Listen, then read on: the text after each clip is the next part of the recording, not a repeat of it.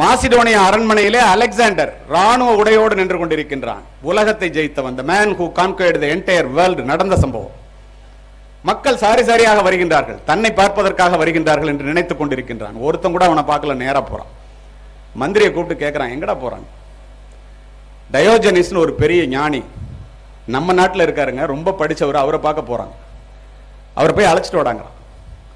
தளபதி போய் குதிரை எடுத்துட்டு போய் கூப்பிடுறான். எதுக்குன்னு கேட்கிறான். மன்னன் உன்னை பார்க்கணுங்கிறாங்க. நான் மன்னனை பார்க்கணும்னு சொல்லலேங்கிறான். இல்ல இல்ல மன்னன் உன்னை பார்க்கணும்னு சொன்னாருங்கிறான். மன்னனை வர சொல்றாங்க. மிரண்டு போறான், போய் சொல்றான், வேற வழி இல்ல. குதிரையோட போறான் அலெக்சாண்டர், படித்தவன்.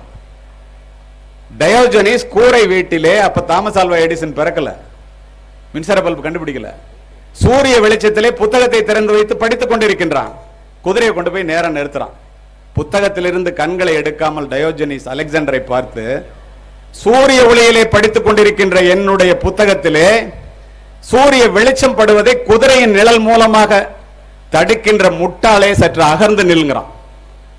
மிரண்டு போறான் அலெக்சாண்டர், நகர்த்தி நிறுத்துறான், கீழே இறங்குறான். இவனும் எந்திரிக்கிறான். உனக்கு என்ன வேணும்னு கேட்கிறான். ஒரே கேள்விதான்டா, நான் உலகத்தை ஜெயிச்சவன், என்ன பார்க்காம உன்னை பார்க்க ஏண்டா வர்றான்னு கேட்டான். இதற்காகவா இவ்வளவு தூரம் வந்தா என்று டயோஜனிசனுடைய பதில் என்ன தெரியுமா நண்பர்களே, மாணவர்களே, மாணவிகளே?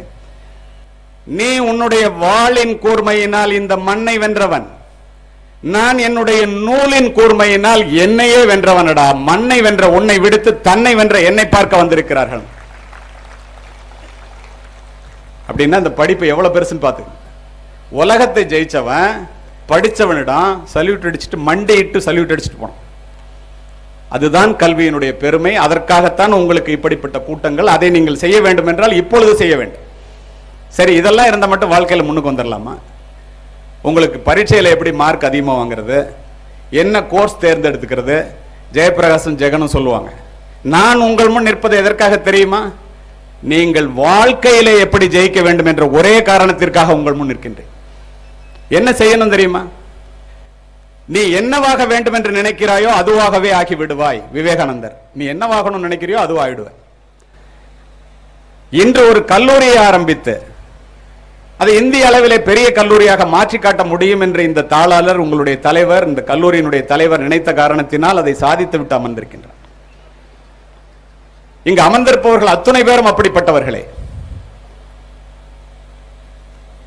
அப்ப அது நினைச்சாதானே செய்ய முடியும். பூமியில் இருப்பதும் வானத்தில் பறப்பதும் அவரவர் எண்ணங்களேங்கிறான் கண்ணதாசன். உங்களுக்கு ஈஸியா புரியுற மாதிரி சொல்லணும். நீ எதை கேட்கிறாயோ அதைத்தான் வாழ் உனக்கு தருகிறது. அதனால் பெரிதினும் பெரிது கேளடா. கேட்கறதை பெருசா கேளு. ஒரு ஐஏஎஸ் ஆபிசர் ஆகணும், ஒரு ஐபிஎஸ் ஆபிசர் ஆகணும், ஒரு கலெக்டர் ஆகணும், ஒரு எஸ்பி ஆகணும், ஒரு நீதிபதி ஆகணும், ஒரு சயின்டிஸ்ட் ஆகணும். கேட்கறத பெருசா கேட்கறதுலயும் நினைக்கிறத பெருசா நினைக்கிறதுலயும் உங்களுக்கு என்ன சிரமம்? எப்படிப்பட்ட அறிவுக்கு சொந்தக்காரர்கள் என்று சொன்னேன் அல்லவா? உங்களுடைய திறமை எவ்வளவு பெரியது என்று நீங்கள் அறிந்து கொள்ள வேண்டும் என்பதற்காகத்தானே இதையெல்லாம் சொல்லுகின்றேன். அப்போ எண்ணிய எண்ணியாங்கு எய்துவ எண்ணியர் திண்ணியராக பெறின். நினைக்கிறவன் சரியான ஆளா இருந்து நல்லதை நினைச்சு பெருசா நினைச்சு அதுக்காக செயல்பட்டான அவன் ஜெயிச்சிருவான். இதுல இருந்து என்ன தெரியுது? ஒரு மனிதனை உயர்த்துவது அவனுடைய சிந்தனை தான். ரூசோ, மனிதர்கள் தங்களுடைய எண்ணங்களுக்கு ஏற்பவே உயர்ந்த நிலையிலும் தாழ்ந்த நிலையிலும் வாழ்கிறார்கள். Emerson, whatever a mind of a man can conceive and believe he can achieve. Napoleon Hill சொல்றாங்க, அச்சீவ் பண்ணிட்டு சொல்றாங்க, என்னால் முடியும் என்று ஒரு மனம் உள்வாங்கிக் கொண்டு எதையாவது செய்ய நினைத்தால் அது நடந்தே தீரும். when you really want something the universe always conspire in your favor ங்கற ஆல்கெமிஸ்ட்ங்கற புத்தகத்துல பவுலோ கவுலோ. உன் மனசு உன்னால முடியும்னு நினைச்சு நீ அதுல இறங்கினா அந்த உலகமே சேர்ந்து உனக்கு உதவி பண்ணணும்னா எப்படி? இப்படி ஒரு 10,000 பேரை சேர்த்து இங்கே அமர வைத்து இந்த கல்லூரி உங்களுக்கு உதவுகிறதா உபத்திரவம் செய்கிறதா? சிந்தித்து பாருங்கள்.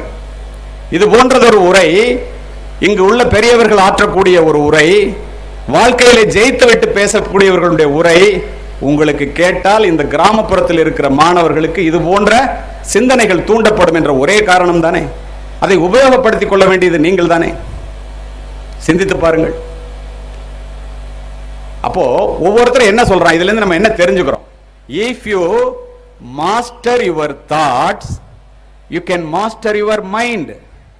once you master your mind you master your life. when you master your life, you master your destiny. விதியை மதியால் வெல்லலாம்.